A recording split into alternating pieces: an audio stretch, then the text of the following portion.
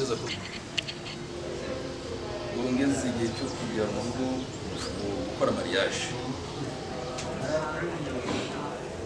no mu rugo aho mvuka Gisenyi. Abantu yari umuyobozi w'umuryango remezo tumaranye igihe iyo nagiraga muri vacances igihe n'igikoresho babonaga ko byinshi cyane ngiye gushaka imwe muri mariage ngiye gushaka yezo nabwiraga mama nyine urabizi ko ngiye gukora mariage ndabona n'ikiri cyangwa kenshi ati nubwo kwita kwibe ntacyo nagukora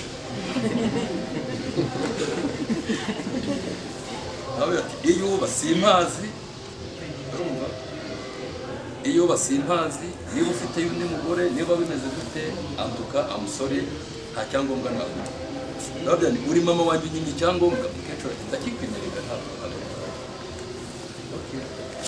nasubiye inyuma mu Kigali arakinyema garutse cyakora naje muri umuryango remezo mubakishwa nagishukutse mo hano nigisha kurika banagenda muri Regina Pacis mariage bisanzwe ugeze aho nari ntuye Kimironko hepfo hagana mu Isingiro izo stress zose zambayeho ariko ndi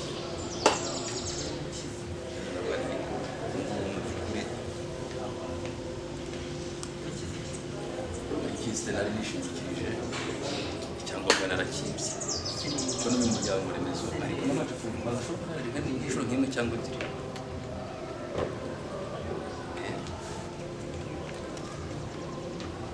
twibira ariko ubundi ndinda aho banyima icyangombwa na mama wanjye kanyima icyangombwa cy'umuryango remezo ubundi ngewe nkora iki ngewe ndi iki nkora iki ndetse nibwiriza njya mu muryango remezo gutorera runaka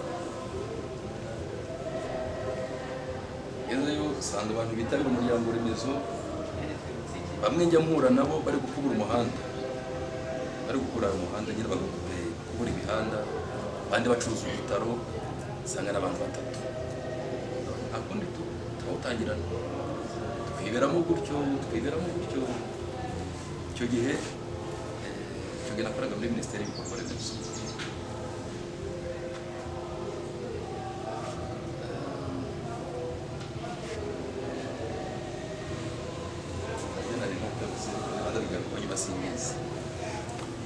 icyo gihe nakoraga muri Minisiteri y'Ibikorwa Remezo n'akarere kwicarana no muri Minisiteri ndajya kwicarana n'abaturage bari gucuruza amavoka ariko rero mutagatifu arabyaranje turakomeza turakora ubwo karitsiye nari ntuyemo bari barakoze twari dufitemo ikintu kimeze nk'ikimina ngo ni ikimina ntabwo kimeze nk'ikimina bango cyabagamo abaminisitiri bari batuye muri karitsiye abenjeniyeri bari batuye muri karitsiye kuvuga ngo bari abantu basa n'abivanguye noneho muri iyo minsi urumva buri munsi najyaga mu muryango remezo ntabwo nawusibaga ariko referanse ari he ari kuri mama biza kugira aho baza kubona umuyobozi w'umuryango remezo bayo umuyobozi w'umuryango remezo icyo nakoze cya mbere mu kubanza guhera kuri ba bandi twabanaga mu kimina kamere mwese tuba turi hano mbere yo gutangira ikimina twagitangiraga turi kunywa inzoga n'ubundi twagisoza turi kunywa inzoga ndetse twabikora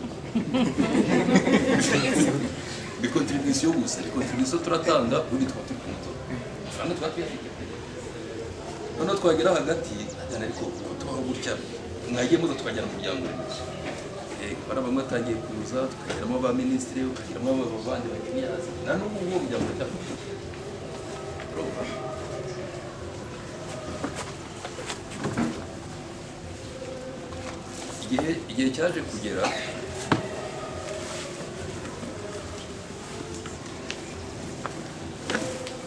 igihe cyaje kugera tuza gusanga ko noneho ari ngombwa ko tutajya mu bintu by'umuryango remezo cyangwa by'iki kubera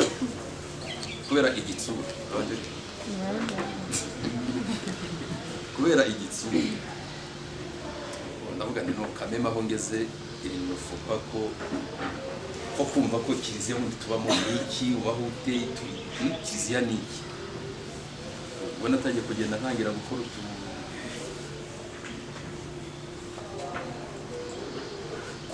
kwinjira aho numva bashobora kumfasha mu gusenga aho bashobora kumfasha Patrice banza no kuyobora umuryango mpuzamuryango remezo aze kubara mpuzamuryango remezo banza ariho numvise wenda hari ibintu byinshi ushobora kuba nakoramo catechiste kandi mu catechiste mpuzamuryango remezo muri Paruwasi Regina Pacis nkayobora n'umuryango umwe nari nanze abantu bishyize hamwe biyita ngo ni kiliziya yacu kiliziya ni umubyeyi utazi ububyeyi bwa kiliziya ndibuze kubivuga ko impamvu tugomba kuyumva neza ko ari yacu none nza kwisanga n'ubundi bya bintu tubamo n'ubundi dusanga ni ibya kiliziya urakata mu muryango remezo niba ugiye mu muryango remezo rimwe kabiri gatatu kane gatanu ukumva ufite inyota mu muryango remezo aho ngaho uri muri kiliziya uyirimo niba wicaye muri kiliziya kumva baravuze ngo dushaka abakatechiste dushaka abasomyi n'abandi bantu bo kwiyegurira bo kujya mu mirimo ya kiliziya icyo nabashije kubona la majorité nuko abitwa ko twize tubigendera kure twumva ko ari ibintu bigayitse by'abantu b'abakecuru b'abasaza abakecuru b'abasaza ubona ko aribo bakunda kwibaza cyane kubera iki abantu bize badakunda kubonekamo kubera iki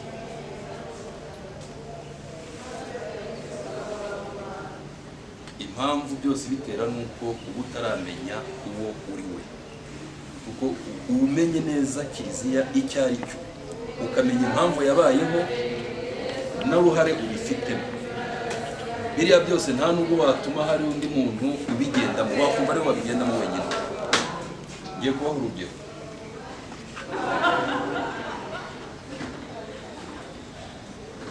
mu isomo badusomeye uyu munsi Bikira Mariya yarateguwe kandi nubwo yateguwe muri iki gihe batubwiye cyaba Yosefu n'abandi ariko Bikira Mariya yongera kuvuga mu gitabo cy'intangiriro turabyemera aho Adamu na Eva bamaze gushukwa Imana yabwiye inzoka ngo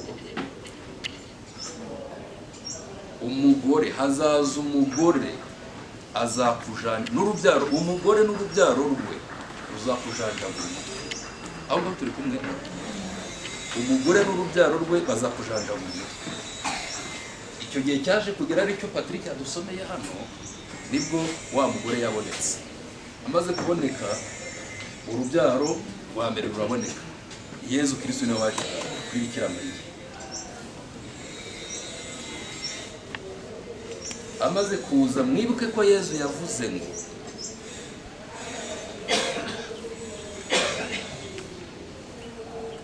igihe abonekera intumwa ze zari kumwe na Bikira Mariya igihe zari zifungura nyamisi umunsi wa Pentekoste akaza akababwira ati mbahaye umugisha mugende mukwire ku isi yose mwigishe abazemera bose muzababateze mu izina ry'Imana Data na Mwana na Roho Mutagatifu yarababwiye ngo unyemera wese azakora nk'ibyo nkora ndetse arenzeho turabyumva ndetse arenzeho ariko muze kwibuka ko hari nawe yasabwira Petero ati we Petero uru rutare kandi kuri urwo rutare nirwo nzubakaho kiliziya yanjye twabyumvise ikibazo rero gisigayemo ni ukumenya ngo iyo kiliziya Yezu yubatse kuri Petero tuyirimo cyangwa ntabwo tuyirimo niba uyirimo wumva uri hehe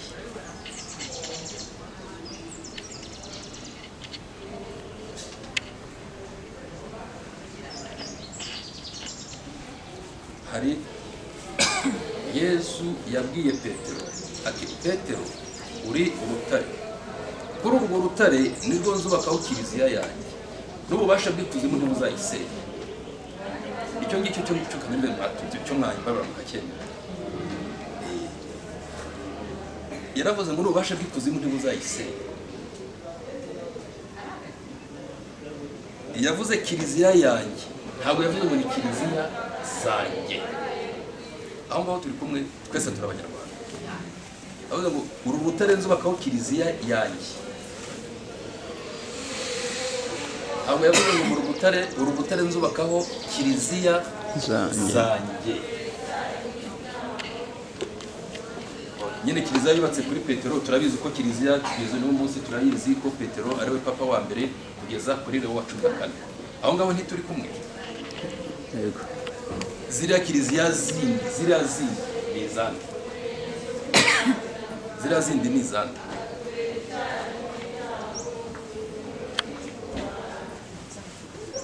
Oya mufashe tubigire vuba vuba. Yezu ko yavuze ngo kiliziya yanjye, Petero uru rutare kuri uru rutare nzubakaho kiliziya yanjye. Iyo kiliziya yubatse kuri Petero ni iyihe? Wenda rero dusubize ni iyihe? Kizo wagibye Imana ubanza rero shoboye. Hari kiliziya Yezu yabwiye Petero ko azamwubakaho, ngo yabwiye Petero ko ari urutare azamwubakaho kiliziya ye. Iyo kiliziya yubatse kuri Petero ni iyihe?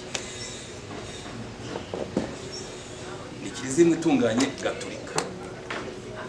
Izo zindi yandi kubabwira twarabivuze, hari ikintu twitiranya akavuga ngo n'abandi ngo twese ngo reka ngo Imana dusenga nimwe, ngo Yezu na Yesu nguruma ngo nakanyuguti ka Yesu gusa ngo kaba kanyeremo, ngo ariko byose ni kimwe, byose ni kimwe. No.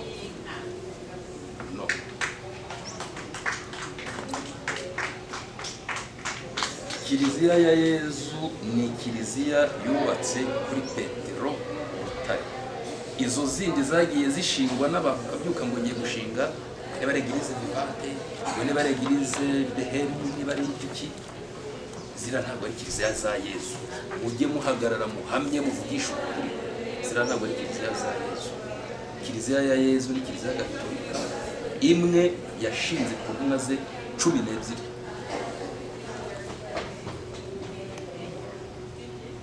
Nuramuka ubyumvise gutyo ko ariyo kiliziya urimo wemera, uzabasha no gukora ubutumwa bwayo wumva n'uwo uri gukorera uwo ari we. Ndabeshye?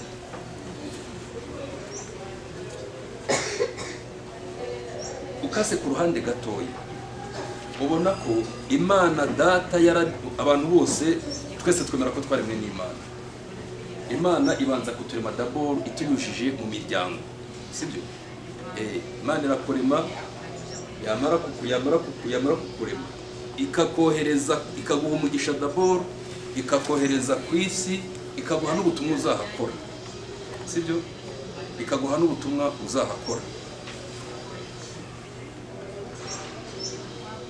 Akaba ari nayo mpamvu ikintu bita umuryango ari ikintu gikomeye cyane imbere y'Imana, kuko umuryango ushingwa n'Imana kugira ngo ya periode yawe nivaho hari abandi bazakunyuramo, kugeza igihe isi izashira, abantu bazagenda bavuka kandi bavukira mu muryango.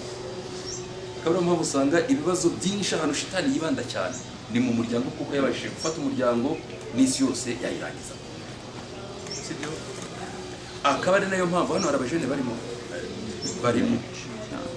akaba ari nayo mpamvu abajene baribo babyumva. Iyo uri kwitegura mariage, kuko shitani umuryango iba yarabonye kuzabaho, urabyumva? Iyo muri kwitegura mariage, abasore barimo mu byumva, abagabo bane babyararangiye nta kuri bagenzi. Iyo muri gutegura umuryango, abasore n'abakobwa, igakora uburyo ibagusha mu cyaha cy'ubusambanyi mbere ya mariage, sibyo? Icyo gihe ubundi icyaha cyose shitani gikoresheje igikoreraho imitongero. Nkuko yagize kuri Adamu na Eva. Adamu na Eva nitogusha muri iki cyaha bizagenda gutya kiracyagukurikira. N'icyaha igukoresheje ishobora kunyuramo nka kugira nabi kanyataka, kuko nta muntu ubwira uwo ushobora kwataka undi muntu, kuko twese turabi Imana. Ikwatatse inyuzemo ko nka Bikira Mariya mubishe ko n'Imana ijya kuza ku isi yabanje kunyura muri Bikira Mariya. Bamwe by'ijuru byose bikorwa ku isi iribanza gusaba uburenganzira. N'ibyo kuzimye bishaka kujya kuza ku isi bisaba uburenganzira kuvuga ngo umuntu isi ni yacu. Niyo mpamvu bamaze kumva ko uri muri kiliziya, ukumva ko ibya kiliziya byose urimo nayo, icyo gihe n'isi ubasha kumva ko ari yawe, uyifiteho ububasha. Ushobora kubwira shitani n'ubu iri mu muntu ariko ati shitani sohoka, iyi si ni yacu, genda ujye mu gihe. Iyo yamaze kubahuza uri umusore n'umukobwa, ikabakoresha icyaha cy'ubusambanyi mbere y'uko mujya muri mariage, kuvuga ngo umunsi w'Imana wo kubahuza nk'umuryango urateganyijwe, shitani igatanguranwa ikagushyira ikafata mbere yabo. Icyo gihe irawutongera, yamara gutongera icyo cyaha mwe mukazakinjirana mu muryango. Mwamara kukinjirana mu muryango, akenshi usanga ari ya miryango yirirwa ishwana, bamwe muri za divorce, bafite abana bameze gute, kuko deje umuryango wabo watangiranye, umuryango wabo watangiranye na Sekibi. Turi kumwe? Tugaruke kuri gahunda za kiliziya. Ubwo iyo umaze kumva ko uri umukirisitu gatolika, ukabasha no kumva ko waje uri hano ku isi, waremwe n'Imana, iguha umugisha, imaze kuguha umugisha ikohereza ku isi muri misiyo ugomba gukora. Niyo mpamvu twese tuzi ko hari abafite ingabire za Roho Mutagatifu, biri mu ibaruwa ya Pawulo ikwibuka neza. Ingabire za Roho Mutagatifu kuvuga ngo abantu bose bafite ingabire zitandukanye. Hari uwavuye mu ijuru, hari uwaje afite misiyo yo kuba padiri, hari uwaje afite misiyo ubutumwa bwo kuba padiri, hari uwaje afite ubutumwa bwo kuba umubikira, hari uwaje afite ubutumwa bwo kuba bwo gusabira abarwayi, hari uwaje afite misiyo yo kuzaba umukateshisite, hari uwaje afite misiyo yo kuzaba. Buri wese afite icyo Imana yamugeneye hano ku isi. Urabyumva? Niyo mpamvu akenshi iyo shitani ije kugushimuta, kuko isi cyangwa se kiliziya ikintu uhangana nacyo, kuma uvuga ngo kiliziya izasenya izindi, ubasha buzasenya kiliziya ku isi. Urugamba ruri ku isi ni rumwe gusa, ni urugamba rw'inyenga na kiliziya.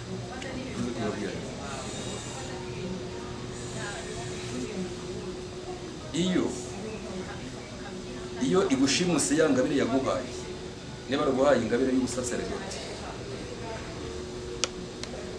ikagushimuta kubera ya manyanga yagukoreyeho, cyane cyane amanyanga yose yagufatiraho mu cyaha. Iyo ibashije kugushimuta, nibwo iyo byo wamuhamagaro wawe ugasanga umuntu ngo ni pasiteri ngo yigisha neza, abantu bose barafashwa. Bariya bose abenshi bari bafite ingabire y'ubusaseredoti, noneho zirabashimuta, zihita zibashimisha ariya madini yazo.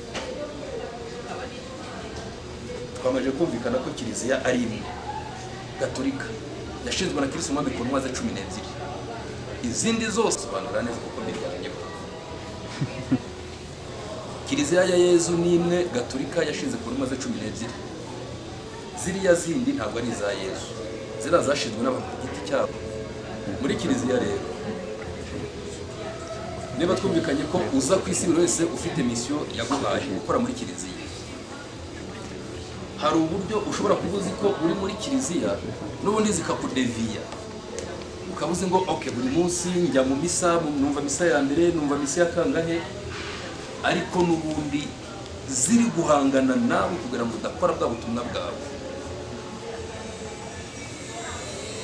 Niba ikugize umwenjeniyeri, sibyo? Ikugize umwenjeniyeri, bari n'akazi keza, igiye muri karitsiye y'iwanyu, muri paruwase runaka. Ikindi mugomba kuzamenya ni uko muri paruwasi utuyemo, wabyemera utabyemera, padiri mukuru wa paruwase wawe utuyemo, roho yawe niwe iziritseho, sibyo? Roho yawe niwe iziritseho. Padiri mukuru wawe wa paruwase utuyemo niwe ufite ububasha kuri roho yawe. Niba ufite ahantu utuye, uragiye wenda ntawe umenya ahantu aguye niba ko nabivuga sinzi, ukaba wirangirije muri kiste ukajya gukorera hirya iriya mu misozi za Rutunga hirya iyo, sibyo? Hariyo paruwasi za Gishaka n'uburezi ziri ndetse mu mibano, wagera wikicaro uti no njye numva paruwasi nziza inogeye ari paruwasi Cathedrale Saint Michel, niho nzajya njya gutangira amaturo, niho nzajya njya muri penitensiya cya penitensiya kirazabona ko penitensiya nyinshi dushaka kujya kuzisaba aho batatuzi, kubera ko no bibwira padiri kandi yarazi kuri umuntu w'inyangamugayo, azi kuri umuntu w'umukirisitu rwose byihorere ni uko wajya kuza kuri paruwasi iri hirya za Nyamata, abantu batega imodoka bakajya gushaka penitensiya, kandi roho yawe ishinzwe padiri mukuru wawe ahantu utuye. Bisubiyemo ahantu utuye ntabwo aragukorera, ahantu utuye padiri mukuru wawe niwe roho yawe iziritse.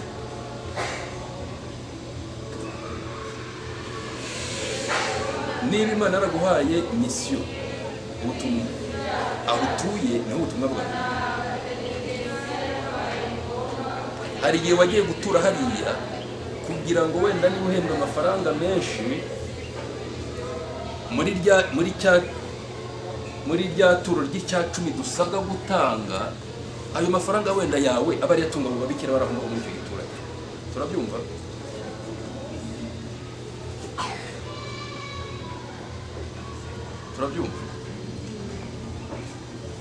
Hari igihe muri za ngabire n'inema ufite aho ngaho ugiye ariho Roho Mutagatifu azagufungura akakudevelopa ukabona ibyo ugomba gukorera kiliziya muri iyo zone utuye.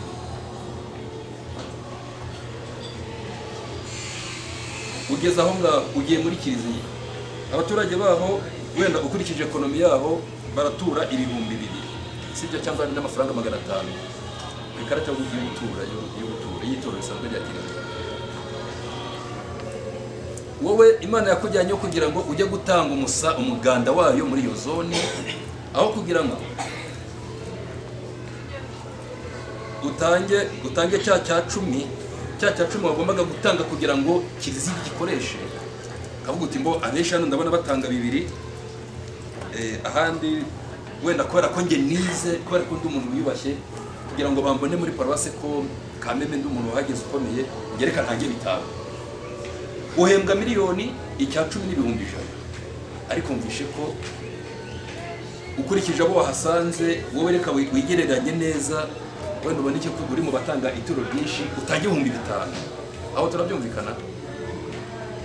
Birutwa nuko wabyihorera, kuko uwuhisha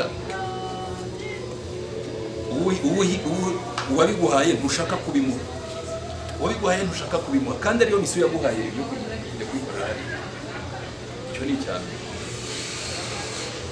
Wagerayo twumvikanye ko Imana yaguhaye umuryango kugira ngo izanyuzemo abandi bantu bazakomeze bororokeye kugeza igihe isi izashirira.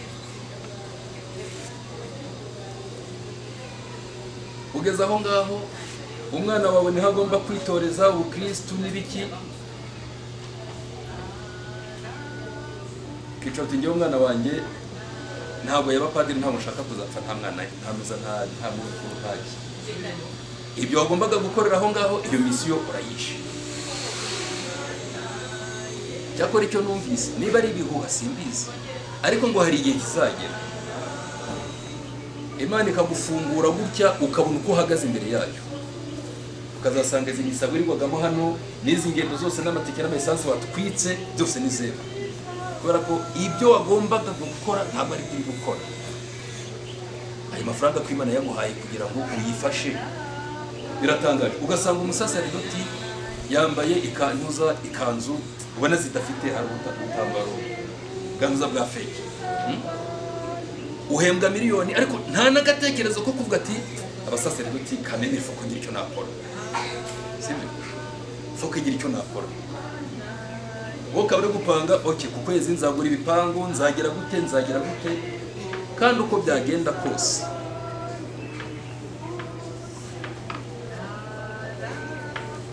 Yezu ajya kujya mu ijuru yaratubwiye ngo ntabwo mbasize nk'imfubyi, sibyo? yaratubwiye ngo simbasize mwenyine, Roho Mutagatifu uzaza azabahishurira n'ibindi. Roho Mutagatifu ari hehe? Ari mu kiliziya, sibyo? Roho Mutagatifu ari muri kiliziya ya Yesu. Igikurikiyeho buriya ubwami bw'ijuru bwose, ubwami bw'ijuru hano ku isi, ubwami bw'ijuru hano ku isi, mbisubiyemo rimwe n'ubwo misomo bwanyu, ubwami bw'ijuru hano ku isi buri muri kiliziya gatolika. Aho ngaho turi kumwe. Ubwami bw'ijuru ku isi buri hano muri kiliziya gatolika.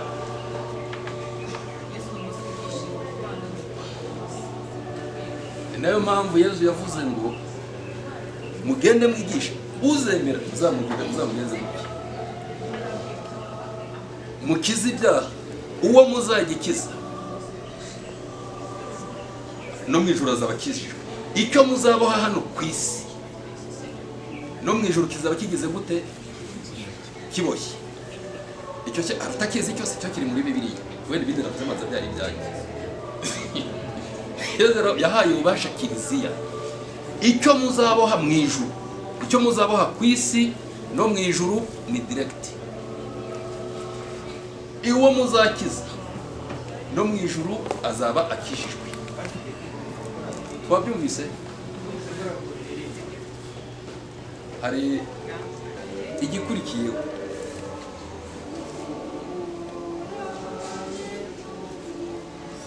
Buriya nari ya madini turi kuvuga ngo yo hanze, amwe navuze ntemera, amwe navuze ntemera, abarimo bose ni abana b'Imana, ibyo tugomba kubyumvikanaho, sibyo?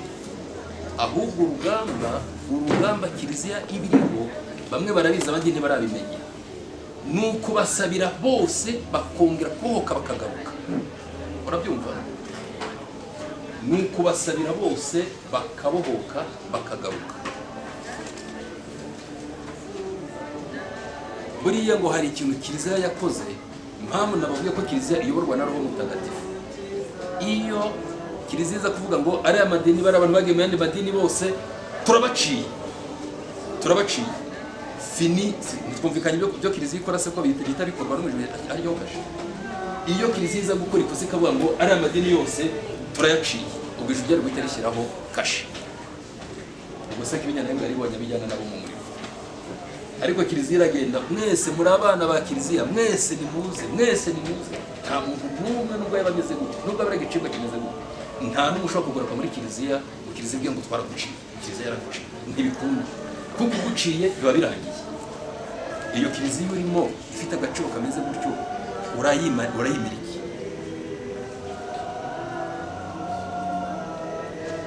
Uzajya gushaka ibyubahiro,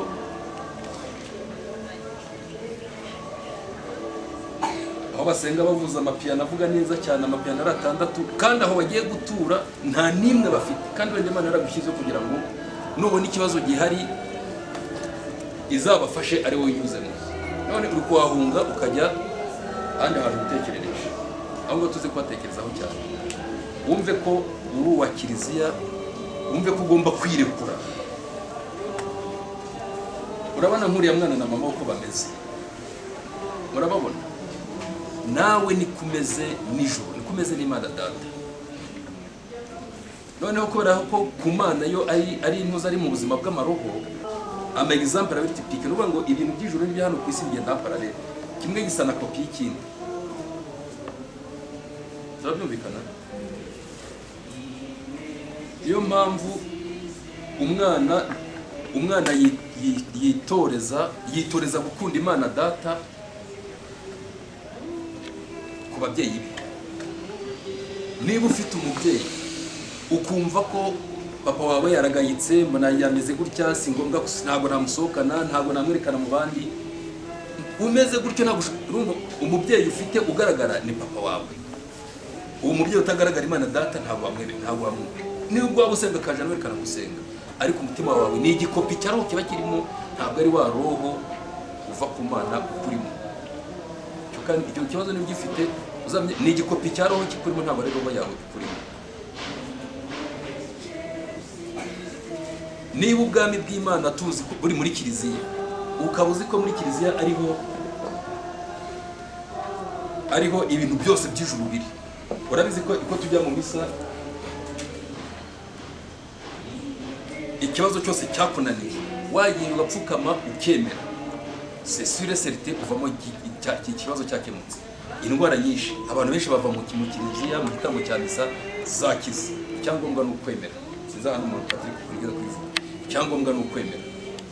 Aho hantu wumva ufite ibyo ngibyo byose kubera ko udashaka kuhitangira nawe kugira ngo ufashe n'abandi.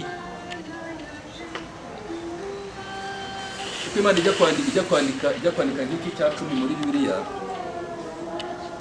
ntabwo kwari abenshi bagiye buricara ati none se Imana niyo yaremye byose niyo yagize gute icya 10 cyanjye kameme ntabwo ari kikeneye kuba yaragishyizeho hari impamvu gitangiye. Urumva kuri urashaka kumva ko uri kujya kubeshya padiri uri kubeshya wumva kuri ari padiri uri kubeshya cyangwa abasekreteri ariko mu by'ukuri ni Imana yawe uri kubeshya. Ishobora kukunyuza mu maso umusaseridoti wambaye nabi wowe unuza mu bwonko bwawe ukumva ko hari ikintu padiri akambaye neza kugira ngo utekereze urebe uko wamwambika, sibyo? Kugira ngo utekereze urebe uko wamwambika.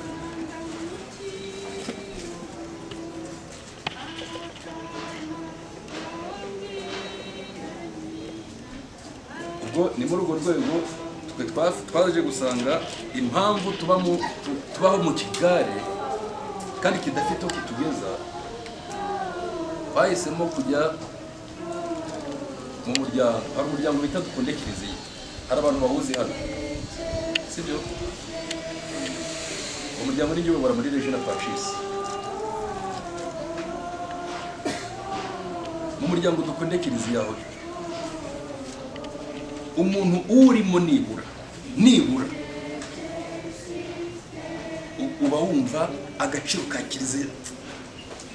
Biratangaje kugira ngo wumve ngo umusaseridoti ararwaye, wumve ngo padiri ararwaye, utambuke ararwaye nyine buri ararwaye hara mu gipadiri, it's okay, ararwaye abura abandi baramurwaza. Uri umuntu wumva ko ukunda Kiliziya wagombye kumva ko ari yawe. Icyitwa cyose ushobora no kugera muri Kiliziya wabona umuserebanya uri gutambuka kora ritari ukaba wakwiruka mukajya kwirukana kumva ko Kiliziya ari yawe. Iyo umaze kumva ko Kiliziya ari yawe ibintu byose umva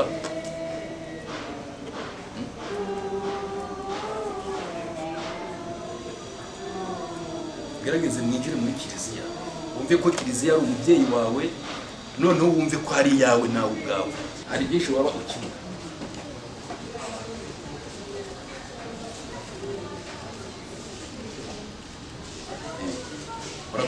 Gusa twagombye kwicara n'umwanzuro wagombye kwicara wumva ko ibyawe byose ubikesha Imana Data, ubikesha ubwami bw'ijuru, kandi aho uhurira nayo ari hehe? Ari hano muri Kiliziya Gatolika hagati. Yashinzwe na Kristo Umwami ubwe ku ntwaza 12. Kristo Yesu Kristo.